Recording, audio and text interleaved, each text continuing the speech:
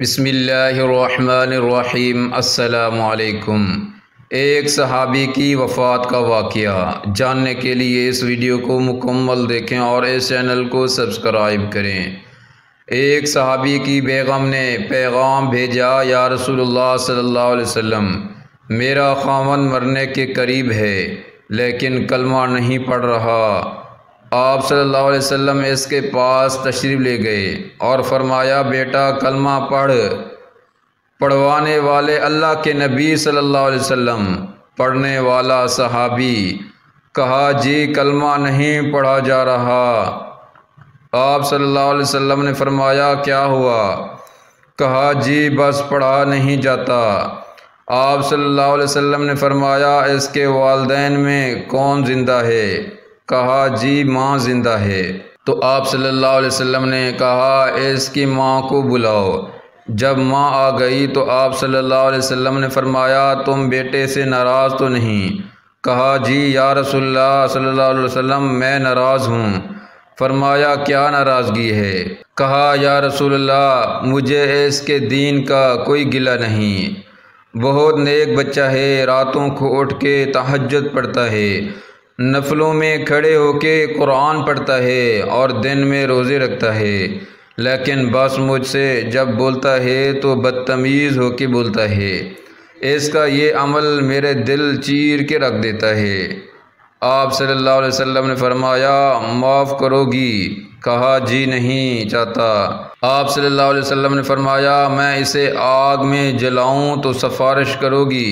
کہا جی آگ میں تو نہیں دیکھ سکتی۔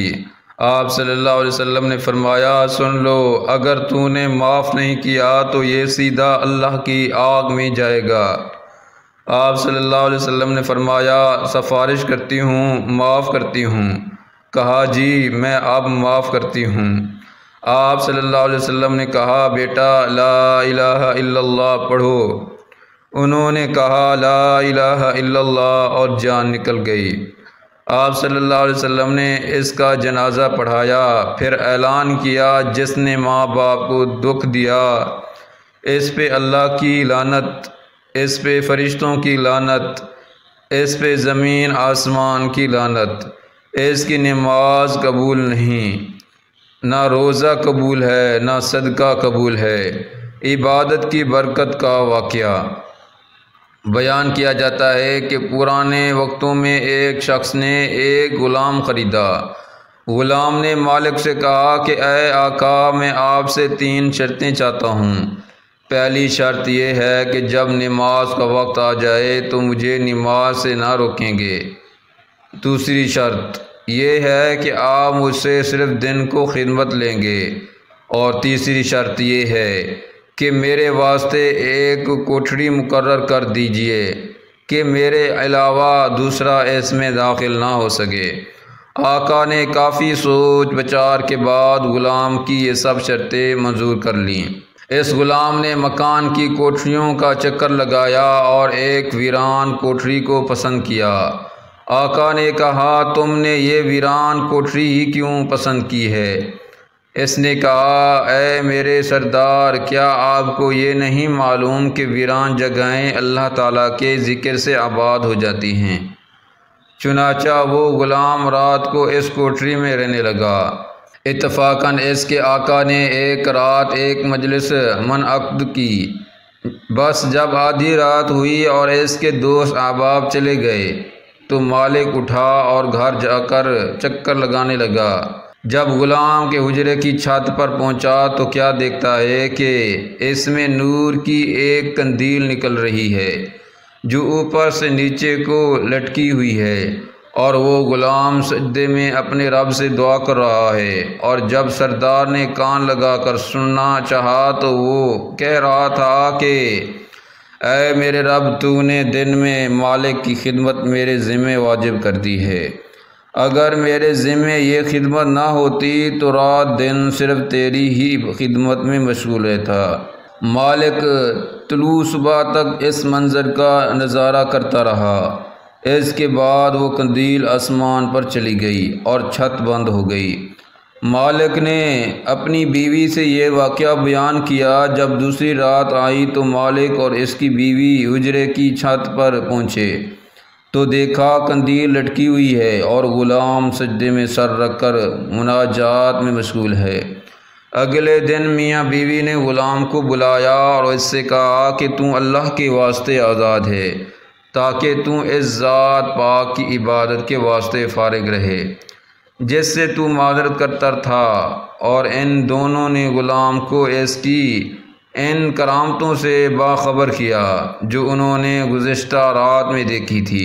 غلام نے یہ سن کر دونوں ہاتھ اٹھائے اور کہا، اے میرے معبود، میں نے تجھ سے دعا کی تھی کہ میرا راز کسی پر نہ کھولیے اور حال ظاہر نہ کیجیے۔ اب جب آپ نے اس کو فاش کر دیا ہے تو میری روح قبض کر کے اپنے پاس بلا لیجیے۔ چنانچہ وہ مردہ ہو کر گر پڑا اور اس کی روح آسمانوں کی طرف پرواز کر گئی۔ اللہ تعالیٰ اس پر رحم فرمائے۔ شداد کی جنت۔ قوم عاد دنیا کی تاریخ کی ایک طاقتور قوم گزری ہے۔ یہ لوگ بہت ہی لمبے قد و قدامت کے تھے۔ اپنی طاقت کے بل بوتے سے یہ لوگ بہت جلد پورے یمن پر قابض ہو گئے۔ ان پر کئی بادشاہوں نے حکومت کی، مگر دو بادشاہ ایسے ہیں جن کی حکومت عظیم اور جاہ و جلال والی تھی۔ ان میں سے ایک کا نام شدید اور دوسرے کا نام شداد تھا۔ یہ دونوں بھائی تھے اور انہوں نے اپنے زمانے میں بے شمار لشکر و خزانے جمع کیے تھے۔ یہ دونوں بھائی ارام بن سام بن نو کی اولاد میں سے تھے۔ ان کی کل حکومت عمان، یمن، عدن اور شمالی عرب کے علاقوں میں تھی۔ جب شدید کی موت واقع ہوئی تو پوری حکومت شداد کو مل گئی۔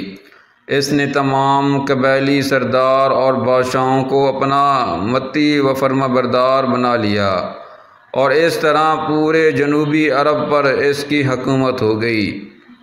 یہی وجہ تھی کہ دنیا کے دیگر ممالک کے بادشاہ اس کے باگزار ہو گئے۔ اس تسلط اور غلبے نے اس کو اتنا مغرور اور متکبر کر دیا کہ اس نے خدائی کا دعویٰ کر ڈالا۔ اس وقت کے علماء اور پیغمبروں کے پیروکار نے اسے سمجھایا اور عذاب الہی سے ڈرایا، مگر وہ کہنے لگا، میرے پاس اب دولت و حکومت سب کچھ ہے، اب خدا کی عبادت کی ضرورت نہیں اور میں اب کسی کی اطاعت نہیں کروں گا۔ شداد نے حضرت ہود علیہ السلام کی زبان سے یہ سن رکھا تھا کہ جنت کیسی ہوگی اور اس کی نعمتیں اور خوبصورتی کا کیا عالم ہوگا، اس لیے اس نے زمین پر جنت کی تعمیر کا ارادہ کیا۔ وہ کہتا تھا، مجھے اس جنت کی ضرورت نہیں ہے جو خدا نے بنائی ہے، ایسی جنت تو میں خود دنیا میں ہی بناؤں گا۔ لہٰذا اس نے 100 معتبر افراد کو جمع کیا اور ہر ایک کو 1000 آدمیوں پر مقرر کیا اور پورے دنیا کے ماہرین کو عدن آنے کی دعوت دی۔ اس نے اپنے بھانجے ضحاک کو، جو ایران کا بادشاہ تھا، پیغام بھیجا کہ جتنا سونا چاندی تمہارے پاس جمع ہے وہ فوراً میرے پاس بھیج دو۔ ضحاک نے ایسا ہی کیا۔ اس نے تمام حکمرانوں اور سرداروں کو یہ حکم دیا کہ سونے چاندی کے کانوں سے اینٹیں بنوا کر بھیجیں اور کوہ عدن کے متصل ایک مربع شہر جو 10 کوس چوڑا اور 10 کوس لمبا ہو بنانے کا حکم دیا۔ اس کی بنیادیں اتنی گہری کھدوائیں کہ پانی کے قریب پہنچا دیں، پھر ان بنیادوں کو سنگ سلیمانی سے بھرا دیا۔ جب بنیادیں بھر کر زمین کے برابر ہو گئی تو اس پر سونے چاندی کی دیواریں چنوائی گئیں۔ ان دیواروں کی بلندی اس زمانے کے گز کے حساب سے 100 گز مقرر کی گئی۔ جب سورج نکلتا تو اس کی چمک سے دیواروں پر نگاہ نہیں ٹھہرتی تھی۔ یوں شہر کی 4 دیواریں بنائی گئیں۔ اس کے بعد 4 دیواروں کے اندر 1000 محل تعمیر کیے گئے۔ ہر محل 1000 ستونوں والا تھا اور ہر ستون جوہرات سے جڑاؤ کیا ہوا تھا۔ پھر شہر کے درمیان میں ایک نہر بنائی گئی اور ہر محل میں اس نہر سے چھوٹے چھوٹے نہریں لی گئی اور ہر محل میں حوض اور فوارے بنائے گئے۔ ان نہروں کی دیواریں اور فرش یاقوت، زمرد، مرجان اور نیلم سے سجا دی گئی۔ نہروں کے کناروں پر ایسے مصنوعی درخت بنائے گئے جن کی جڑیں سونے کی شاخیں اور پتے زمرد کے تھے۔ ان کے پھل موتی و یاقوت اور دوسرے جواہرات کے بنوا کر ان پر ٹاک دیے گئے۔ شہر کی دکانوں اور دیواروں کو مشک و زعفران اور عنبر و گلاب سے یاقوت و جواہرات کے خوبصورت پرندے چاندی کی اینٹوں پر بنوائے گئے، جن پر پہرے دار اپنی اپنی باری پر آ کر پہرے کے لیے بیٹھتے تھے۔ جب تعمیر مکمل ہو گئی، حکم دیا کہ سارے شہر میں ریشم کے قالین بچھا دیے جائیں۔ پھر نہروں میں سے کسی کے اندر میٹھا پانی، کسی میں شراب، کسی میں دودھ اور کسی میں شہد اور شربت جاری کر دیا گیا۔ روایتوں میں آتا ہے کہ اس جنت کو بنانے میں 300 سال لگے اور شداد کی عمر 900 سال کے قریب تھی۔ باغ کے مکمل ہونے کے بعد وہ اپنے لو لشکر کے ساتھ متکبرانہ انداز میں شہر کی طرف روانہ ہوا۔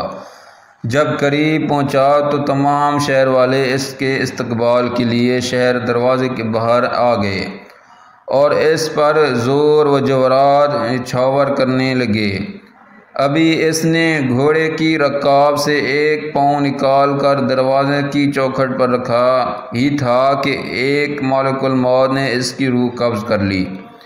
پھر حضرت جبرائیل علیہ السلام نے بڑے زور سے ایک ہولناک چیخ ماری کہ تمام شہر اپنی عالی شان سجاوٹوں اور محلات کے ساتھ زمین دوز ہو گیا اور اس کا نام و نشان باقی نہ رہا۔